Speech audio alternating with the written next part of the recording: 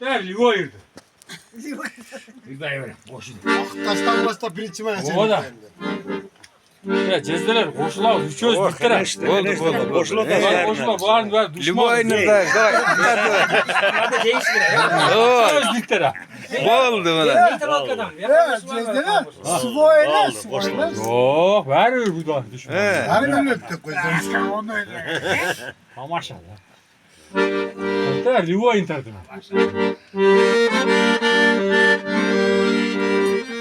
Az girgenden deme. Canlı takmak çoğuşan burada yedik.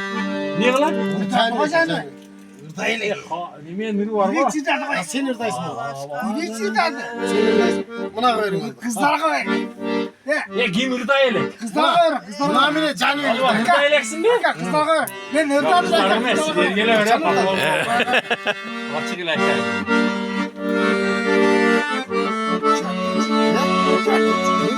Canlı kızlara yedik sen.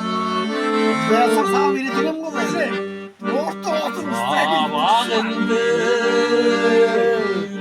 tengin yanları. Ne var ki bu?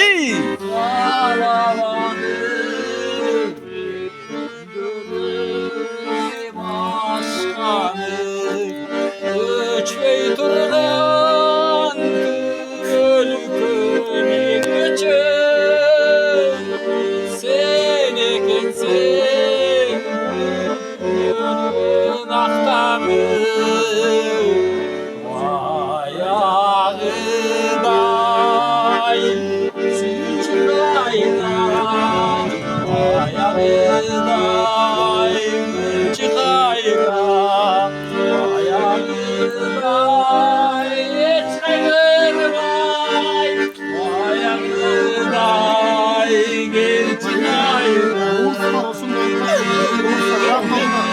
Uğurlar işte çıkın. Sulular